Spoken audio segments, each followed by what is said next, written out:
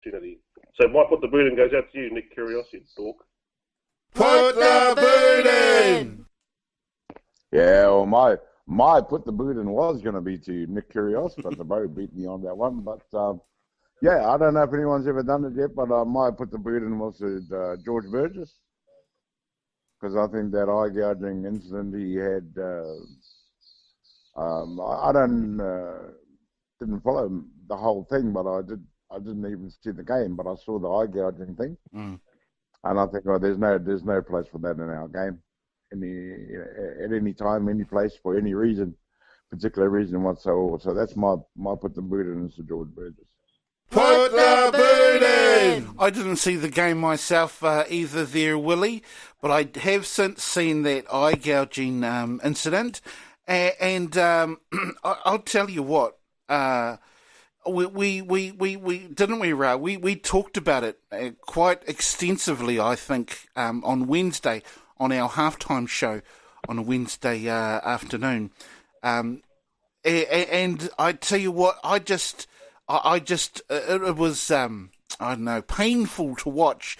I dare say not as painful as it was for the poor guy that got gouged, but, it was just ridiculous. And I understand that it's not the first time that that Burgess has done that. It just looks horrible. No. I mean, when you're around the face, you've got to be very careful. And, you can accidentally just tap somebody's eye or, get poked in the eye. I mean, it's a physical game and those sorts of things can happen.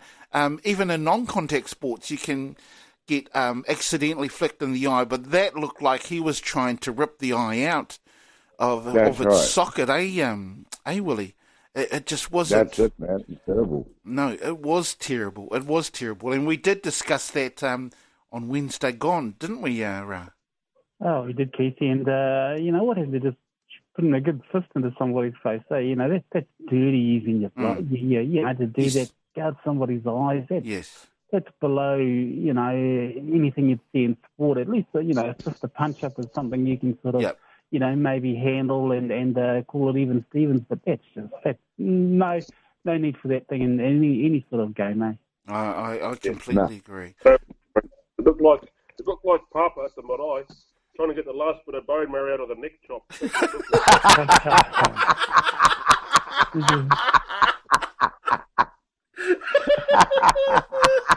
Exactly like that, isn't it?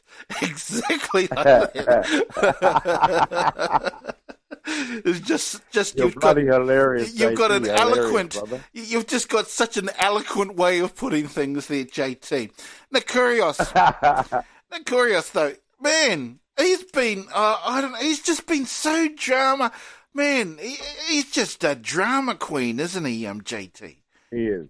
And I think, and William might agree with me here, due to the fact that he's got an ethnic-sounding name, a lot of the, shall we say, fair-skinned Aussies are sort of trying to disown him and say, he's not really Australian. That's not in the Australian spirit. And there is a degree of that. He's a bit fiery, but there's another bloke called Bernard Tomic, who's equally as much a dickhead as Kyrgios is. So it's not that to be the biggest dickhead on the World Tennis Tour. Between them, they're doing quite well. But Nick Kyrgios, and you can't, Rafael Nadal is an absolute champion and legend of the game. Yeah. Well, for him to endure that sort of carry-on is absolute rubbish. Yeah. No. I don't know. I don't know. Anyway. What do we do, boys? What do we do? Exactly. Even four great minds like ours cannot sort Give them a boil up and tell them to move on. Anyway, that's right. So the government gets your boot in again, eh, Ra? Once again. I tell you, you see a lot of whānau. I mean, all of us, you whānau, their way that wins to get a bit of extra coin just to put a bit of food on the table. But when you get the sort of, in a line outside the Wins office at about 2 o'clock in the morning, like how these shops, you go shopping, they have a line for their specials.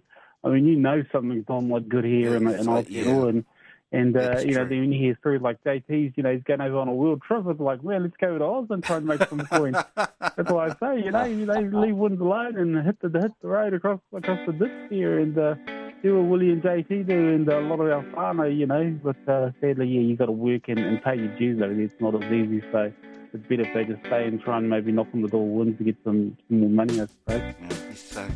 Anyway, gentlemen, that pretty much brings us to the end of Full-Time. It's certainly been a pleasure having you guys on once again. Ra, look forward to catching up with you Wednesday, eh, bro? Yeah, Keithy, we'll catch up on Wednesday. Still a whole heap of sport, and we'll review the Crusaders and Hagurati Grand Final. Should be a good one tonight. Absolutely. Now, JT, certainly been a pleasure having you on board once again. Just want to wish you all the very best on your travel overseas, eh, bro? Yeah, no, thanks for having me, Keith. I'm going to try and make an effort to call it on Wednesday because it's a state of origin and I want to be part of that. But certainly next week, hopefully the Wi-Fi in Paris we will be is long enough to get me a call back here, and I'll looking forward to the show next week. Good to have you on board too, Willie. Cool indeed. Thank you for the opportunity, boys. I enjoy it. It's a bit different from my radio show. I love this one.